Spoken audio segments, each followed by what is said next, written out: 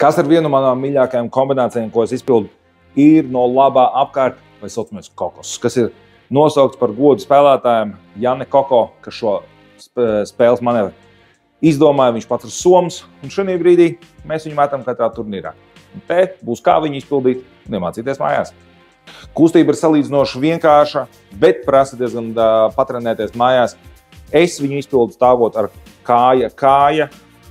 Šī pozīcijā citi, kuri ir iesācēji, var nolikt kāju un nūju un startēt no šejienes.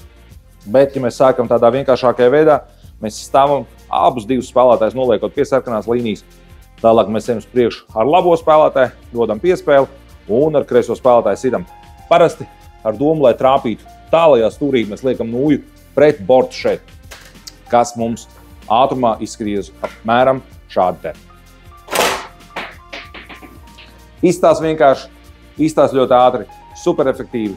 Ja tu gribi uzzināt detalizētāk, kā es izpildīju šo metienu, uzraksti, es labprāt uztaisītu garāku video, lai tev tālāk kaut ko sīkāk un smalkāk parādītu.